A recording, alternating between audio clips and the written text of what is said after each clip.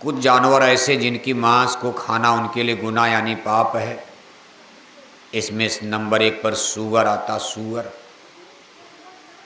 सूअर देखो गंदा जानवर, दिन भर टट्टी खाता। सबसे गंदा जानवर धरती पर सूअर को माना गया। इसलिए मुसलमानों के यहाँ सूअर को परहेज, भाई सूअर को छूना मत। सूअर की मांस खाने को कौन कहे, सूअर को छूना भी पाप बताया गया मुसलमानों के यहाँ। अब मुसलमान देखो सूअर को न छूते हैं न पालते हैं। मुसलमान कहीं सूअर को नहीं पालते, बाकी गाय बैल भैंस को मारते। कहते भाई सूची है, हमारे यहाँ लिखा है। अब ये सूची किसने बनाई है, बात इसी पर फंसी हुई है, गिल्टी है। अब इस पर हम आप तो कुछ कह नहीं सकते हैं। अब अपनी किताब को जैसे आप रामायण गीता को मानते हैं, ऐसे कुरान और हदीस को मान रहे हैं। हम आप उस पर कोई कमेंट भी नहीं कर सकते।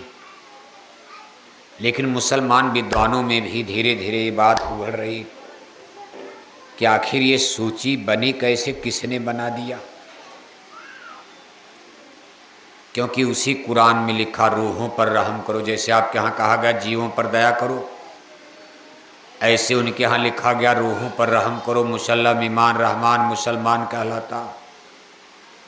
खुदा का हुक्म होता है कि ऐ मुसलमान तू मेरी रूहों पर रहम करना, तो मैं तुम पर रहमान हो जाऊंगा।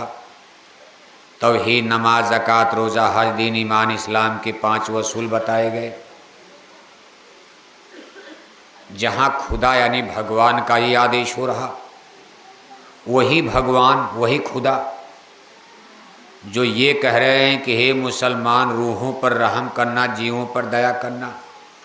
रूह माने जीव होता है, रहम माने दया होता है। जैसे हिंदू ग्रंथों में कहा गया जीवों पर दया करो, ऐसे उनकी भाषा में लिखा गया रूहों पर रहम करो। तो खुदा दो बात कैसे बोलेंगे? एक तरफ खुदा का हुक्म हो रहा कि जीवों पर दया करो, और वही खुदा भगवान सूची बना देंगे, इनको खाना इनको मत खाना। इसलिए इस पर सस्पेंस बना हुआ। कुछ विद्वानों का मानना है कि ये बात कुछ मजबूरी में भी हो सकती, चूँकि मक्का मदीना जहाँ मोहम्मद साहब ने जन्म लिया था वहाँ पानी कम बरसता है, पथरीली जगह। आपके यहाँ तो कुछ सौराष्ट्र में बरस भी देता, लेकिन मक्का मदीना में पानी ना के बराबर।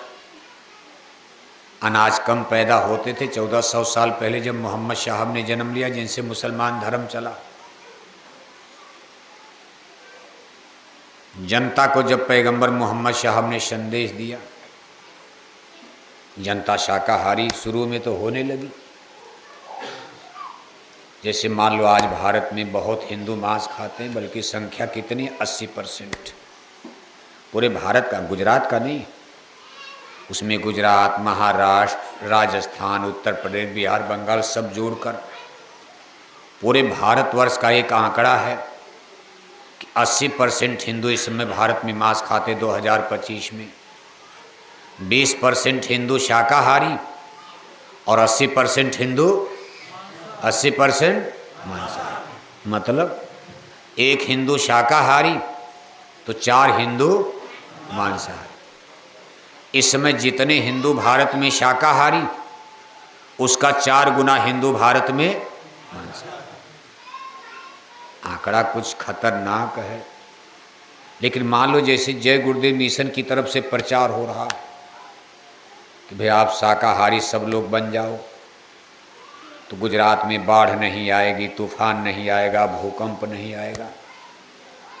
जय गुरुदेव मिशन के लोग ये दावा करते हैं अगर वेजिटेरियन गुजरात, पूरे गुजरात में मांस और शराब की दुकान बंद हो जाए तो कभी समुद्र में तूफान नहीं आएगा, सुनामी नहीं आएगी, भूकंप नहीं आएगा। आपके सौराष्ट्र में इतना पानी बरसेगा कि आपके खेत गर्मी में भी हरे भरे रहेंगे, गर्मी में भी बरसात होगी, और आपके खेत में कोई न कोई फसल, मिट्टी तो आपकी बहुत अच्छी है, बस कमी है सौराष्ट्र में पानी की। और 5000 साल पहले जब भगवान श्री कृष्ण द्वारिकापुरी आए थे तब यहाँ पानी वानी की कमी नहीं थी, खूब बरसात होती थी। लेकिन जब आदमी बुरे पाप कर्म करता ऐसा माना जाता। अब साइंस और विज्ञान का जो पढ़े लिखे लोग तो ये बात माने, वो तो रामकिरण को मानते ही नहीं पढ़े लिखे लोग, लेकिन जय गुरुदेव मिशन का धर्म कर्म मानने वालों का ये भी मानना है। मान लो जैसे सब लोग शाकाहारी भारत में हो जाएं तो एक समस्या आ सकती है। आज केवल 20% हिंदू शाकाहारी, 80% मछली मांस खाते, अंडा खाते हैं। तब भी देखो सब्जी कितनी महंगी बिक रही मंडी में, कितनी महंगी सब्जी है। दाल, चाहे उड़द की दाल, चाहे अरहर की दाल, चाहे मटर की दाल, चाहे चना की दाल, चाहे मंसूर की दाल, देखो कितनी महंगी हो गई। जबकि मुसलमान सब मांस खा रहे, ज़्यादातर 1% बचे होंगे। हिंदू 80% मांस खा रहे। पंजाब में चले जाओ, सिख सरदार लोग बड़ी बड़ी पगड़ी बांधेगी लेकिन अंडे खाते हैं, शराब वो भी पीते हैं। बौद्ध धर्म में देखो तमाम बौद्धिस्ट लोग वो भी मछली खाते हैं। मसलन सारे धर्मों में लोग यानी इतना मांसाहार। अगर मान लो सब हिंदू शाकाहारी हो जाएं तो आपके गुजरात में जितनी सब्जी है, जितनी दाल है, एक हफ्ते में तो मंडी बाजार में ख़त्म हो जाएगी। अभी 80% लोग मछली मांस खा रहे हैं, तब भी दाल और सब्जी महंगी है। तब जनता कहेगी भाई अब हमको दो, भोजन दो, कहाँ जाएं हम, हमारी मछली छुड़वा दिया, हमारा अंडा छुड़वा दिया। शराब की बात अलग है, शराब से कोई किसी की भूख मिटती है? मान लो शराब सब लोग छोड़ देंगे तब भी कोई भूख मरी, उसे कोई जीवन थोड़ो न है। शराब को तो तुरंत बंद किया जा सकता, शराब बंद हो जाएगी, कोई भूखे नहीं मरेगा। लेकिन मछली और अंडा अगर एक बैग बंद कर दी जाए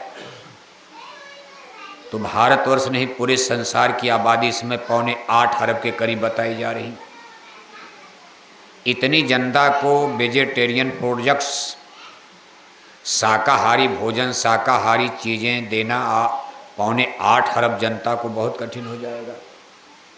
और चूंकि जय गुरुदेव मिशन का संदेश सबके लिए है, केवल भारत के लिए, केवल हिंदुओं के लिए, सबके लिए, सब मनुष्य को शाकाहारी होना चाहिए।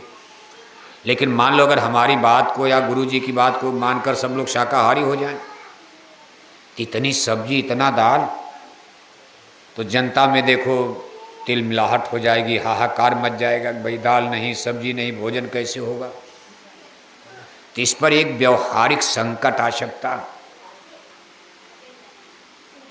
इसी तरह की समस्याएं जब पैगंबर मोहम्मद साहब ने लोगों से कहा तो बहुत से लोग वहाँ शाकाहारी शुरू में बने और मोहम्मद साहब को लड़ाइयाँ लड़नी पड़ती थी।